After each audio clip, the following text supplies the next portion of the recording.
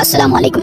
दोस्तों, खाना काबा वो इमारत जिसको सिर्फ एक नजर देखने के लिए हर मुसलमान का दिल तड़प उठता है, जिसके तवाफ के लिए हर मुसलमान रो रो कर अल्लाह से दुआएं करता है, जिसको सिर्फ छूने के लिए मुसलमान अपनी सारी मालो दौलत लुटाने को तैयार रहता है। आज इसी खाना काबा के बारे में बात की जाएगी। आज के इस वीडियो में हम जानेंगे कि आखिर काबा को सबसे पहले किसने बनाया, क्या हुआ था जब नबी करीम सल्लल्लाहु ताला अलैहि वसल्लम के जमाने में काबा बह गया था, कैसे यजीद की फौज ने खाना काबा को गिरा दिया था, कब कब और किस किस ने खाना काबा को गिराया और बनाया था, सब जानेंगे आज के इस खास वीडियो में। मगर उससे पहले दोस्तों, चैनल को सब्सक्राइब जरूर करें और इस वीडियो को लाइक जरूर करें। दोस्तों, कई मुसलमानों की गलत फहमी है कि काबा की तामीर सबसे पहले हजरत इब्राहिम अलैहिस्सलाम और उनके बेटे हजरत इस्माइल अलैहिस्सलाम ने की थी, जबकि असल में सबसे पहले काबा शरीफ की तामीर दुनिया के पहले इंसान हजरत आदम अलैहिस्सलाम ने की थी। अल्लाह ने जब आदम अलैहिस्सलाम को इस दुनिया में भेजा तब उनको हुक्म दिया कि मेरी इबादत के लिए एक घर बनाओ जो दुनिया का पहला घर होगा।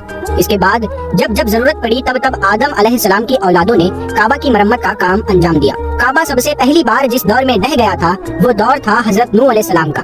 नूह अलैहिस्सलाम की कौम ने जब उनको पैगंबर मानने से इनकार किया और नाफरमानी पर उतर आए, तब अल्लाह ने नूह अलैहिस्सलाम की कौम पर सुनामी की शक्ल में अजाब भेजा। और ये सुनामी सिर्फ मक्का में नहीं आई थी, बल्कि पूरी दुनिया इस सुनामी की चपेट में आई हुई थी। दुनिया का हर इंसान, हर जानवर इस सुनामी में खत्म हो गया था। बस नूह अलैहिस्सलाम पर ईमान लाने वाले बच गए थे।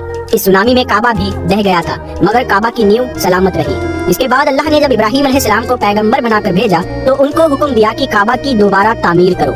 इब्राहिम अलैहिस्सलाम ने अपने बेटे इस्माइल अलैहिस्सलाम के साथ मिलकर उसी जगह पर जहां आदम अलैहिस्सलाम ने काबा शरीफ बनाया था, उसी बची हुई नींव पर काबा को फिर से तामीर कर दिया। इब्राहिम अलैहिस्सलाम के बनाए काबा की खास बातें ये थी कि इस काबा में दो दरवाजे होते थे, एक अंदर जाने के लिए जबकि दूसरा बाहर जाने के लिए। इसके अलावा एक खिड़की भी थी। सबसे खास बात, इस काबा पर छत नहीं थी और काबा आयताकार का था। आपको ये जो सेमी सर्कल दीवार दिख रही है, इब्राहिम अलैहिस्सलाम ने यहाँ तक काबा बनाया था। सन 600 ईस्वी के आसपास जब नबी करीम सल्लल्लाहु ताला अलैहि वसल्लम की उम्र तकरीबन 32 या 35 साल थी, तब मक्का में एक भयानक सैलाब आया था, जिसकी वजह से काबा पूरा का पूरा ढह गया था। मक्का में उस वक्त कई कबीले और खानदान रहते थे, जिनमें से सबसे बड़ा खानदान कुरैश का खानदान था। मक्का के मुशरिकीन उस वक्त इतने जाहिल और कमीने हुआ करते थे कि उनको हलाल और हराम की जरा भी तमीज नहीं थी। मगर हाँ, खाने काबा की ताजीम और इज्जत उनके दिलों में खूब थी। इसीलिए जब जब काबा की तामीर के लिए सारे कबीलों की मीटिंग हुई तो तय पाया गया कि काबा की तामीर सिर्फ और सिर्फ हलाल तरीके से कमाए हुए पैसों से ही की जाएगी। हुआ भी ऐसा ही, मगर लास्ट में पैसे खत्म हो गए। तामीर के लिए साजो सामान कम पड़ गया, इसीलिए मक्का वालों ने हातिम की जगह को छोड़ दिया और उसे पहले ही काबा को मुकम्मल कर दिया। इसके साथ ही मक्का वालों ने काबा का एक दरवाजा और एक खिड़की भी बंद कर दी। खास बात ये थी कि मक्का वालों ने जो काबा तामीर किया था उसमें पत्थर के साथ साथ लकड़ी की ईंटों का भी इस्तेमाल किया गया था। और आगे चलकर इसी की वजह से ही हजरत अब्दुल्ला बिन जुबैर रदियल्लाहु ताला अन्हु के दौर में काबा में आग भी लग गई थी। तो वो कैसे लगी थी, आप आगे जरूर सुनिए। दोस्तों, सन 680 ईस्वी में करबला के वाक़ये के बाद जब लानती यजीद मलून जबरदस्ती खलीफा बन गया, तब मक्का में हजरत अब्दुल्ला इब्न जुबैर रदियल्लाहु ताला अन्हु की हुकूमत थी। ये हजरत अबू बकर रदियल्लाहु ताला अन्हु के पोते थे। यजीद ने इनको अपनी बैत के लिए मजबूर किया, मगर इन्होंने उसको खलीफा मानने से साफ इनकार कर दिया। इसी वजह से यजीद ने सन 683 ईस्वी में हजरत अब्दुल्ला बिन जुबैर रदियल्लाहु ताला अन्हु के खिलाफ जंग का ऐलान कर दिया और मक्का पर हमला करने के लिए फौज रवाना कर दी। यजीद की फौज ने मक्का पर हमला कर दिया। अब्दुल्ला इब्न जुबैर रदियल्लाहु ताला अन्हु ने यजीद का खूब डट कर मुकाबला किया।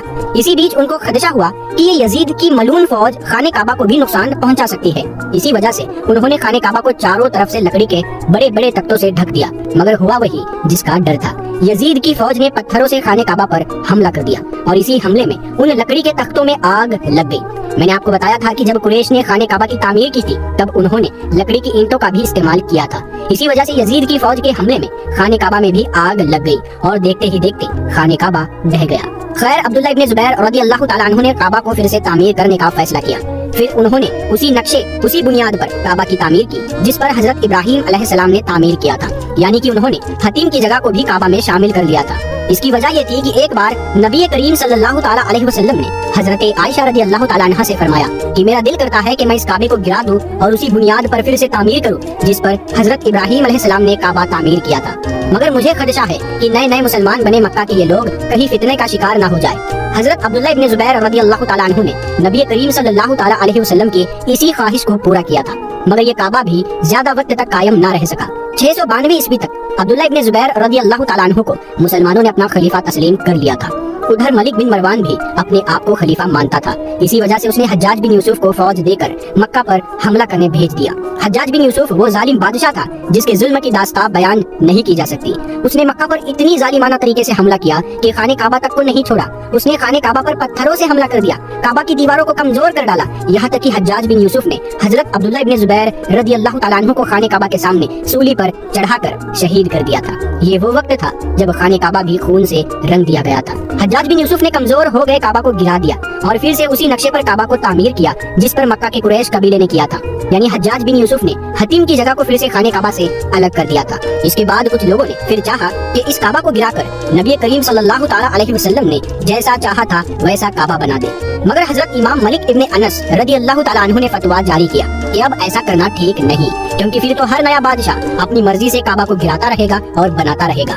दोस्तों, इसके बाद 930 ईस्वी में खाना काबा में अल्लाह के घर में वो कत्लो गारत, वो खूरेजी हुई जिसकी दास्तां को बयान करना मुश्किल है। दरअसल 930 ईस्वी में शिया इस्माइली फिरका कारमाटियंस ने मक्का पर हमला कर खाना काबा को जबरदस्त नुकसान पहुंचाया। यहाँ तक कि वो हज का महीना था और मुसलमान हज कर रहे थे। कारमाटियंस ने बड़ी ही बेदर्दी से कई हाजियों को कत्ल कर उनकी लाशों से जमजम के कुएं को भर दिया था। सन 1626 ईस्वी में भारी बारिश की वजह से खाने काबा फिर से ढह गया था, मगर सल्तनत उस्मानिया के सुल्तान मुराद चौथे ने खाने काबा को दोबारा तामीर करवा दिया। इसके बाद से आज तक कभी भी खाने काबा को पूरी तरह से ढहा नहीं, बल्कि वक्त वक्त पर इसकी मरम्मत जरूर होती रही और सबसे आखिरी मरम्मत सन 1996 में हुई थी।